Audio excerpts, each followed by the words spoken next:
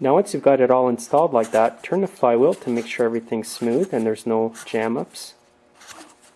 Make sure everything looks good in the exhaust port. There's the piston and the ring.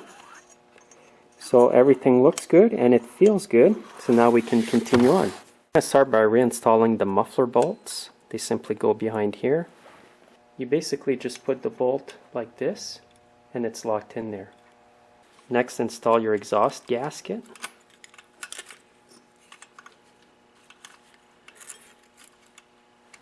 Now you want to install the muffler. Just line up the two holes to the two studs here. They're going to come out here. Now this plate here goes at the front. Now there's two little 5/16 nuts that go on here. Now there's also an Allen bolt that goes here.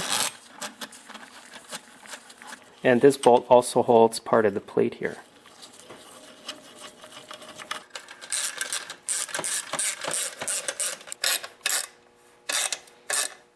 Now the next part I'm going to install is the carb adapter. You want to make sure that this connector here goes right into the hole here where we put the liner previously. And this part here of the adapter is going to go on the intake boot right here.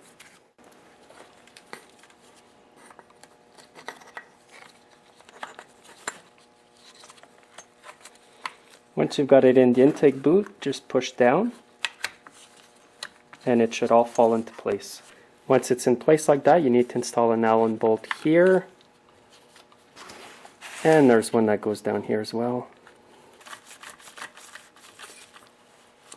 Now you're going to notice on this side where the intake pipe is for the air that there's a small hole there and there's a small screw that goes in there with coarse threads like that.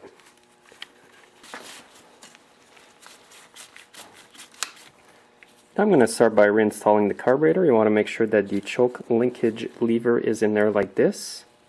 If you've taken it off, just reinsert it into the hole like that. And you're going to want to connect the fuel line to the connector on the carb here. Now make sure that everything's installed correctly like this. You want your choke linkage to be in this position. Now the next thing you want to install is the throttle linkage. It's just a small piece of wire like this with plastic at the end. Now you want to grab it like this and insert it into the bottom hole here of the carb, just like that. Just try to keep it there when you move the carburetor around. Now bring the throttle linkage over here, insert it in the groove with the plastic bushing there, or fitting. Now grab the carburetor adapter or air filter bracket, insert the two studs inside the holes of the carb. Make sure you've got your intake gasket over here. Make sure that it's lined up with the holes as well, and make sure it doesn't fall off when you reinstall this part.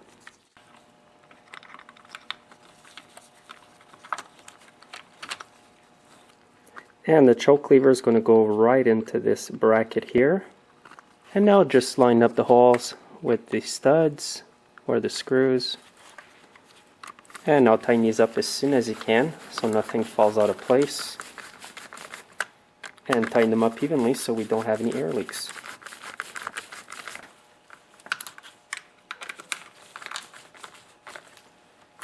And there's also a small Allen screw that goes down here.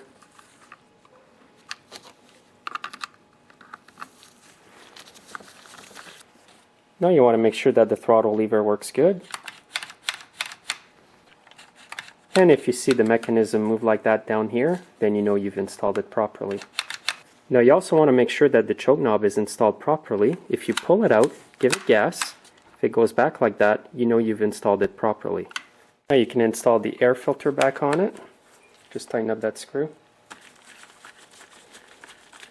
Now to continue on here, install this plastic cover. Goes right under here like that. Insert the wires in the clips. Now you can insert your recoil. And there's 4 screws that hold the recoil. And these are all Phillips screws.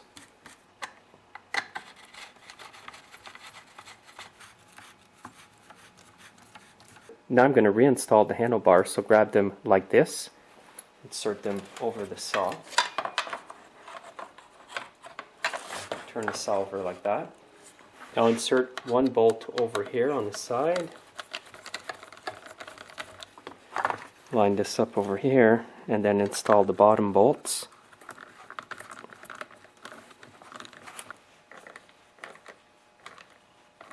Okay, now we got our handlebar on. Now I'm going to reinstall the bar like that.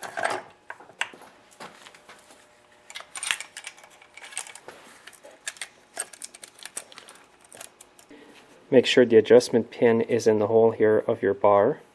Make sure your chain is on your sprocket properly. Now reinstall the chain brake cover.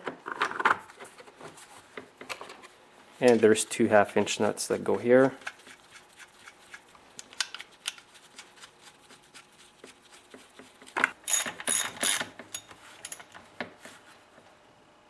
Now I'm going to spray a bit of penetrating oil in there before I put the plug back on. This will make for easier starting until it pumps the fuel to the carb. And by the way, the spark plug in there is an NGK BPMR 7A. I'm also going to reinstall the cover. Now I'm going to gas it up, but I'm going to gas it up with 40-to-1 mix. A little bit more oil. Now a lot of you guys are probably wondering what's a good way to break in my new top end on my chainsaw. Well, one way is that you put a bit more oil in the gas like I did, 40-to-1, and when you go to use it, you rev it up and down for about 10 minutes or so. You don't grab it with a brand new top end and go do a day's work with it full blast all the time. That's not good for it. Got to rev it up and down, let it idle, rev it up and down, and so forth, and that should give it a good break-in. Now if another method works for you, then that's good too. This is just a suggestion.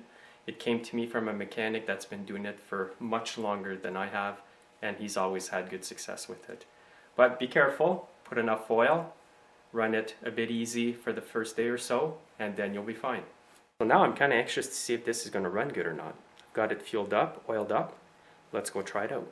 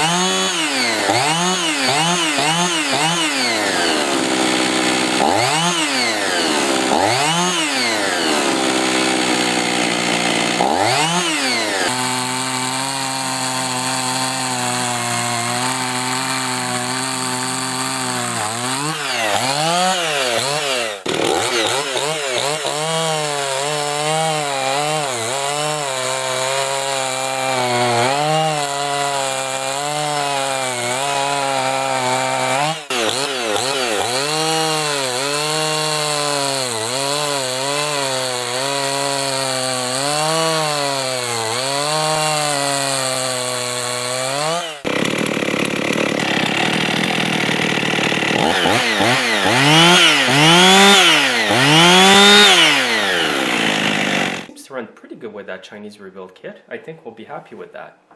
And the compression seems pretty good. I'll have to make a video and show you guys what the compression reading is on the new top end. Thanks for watching. Make sure to subscribe if you haven't done so already, and we'll see you next time.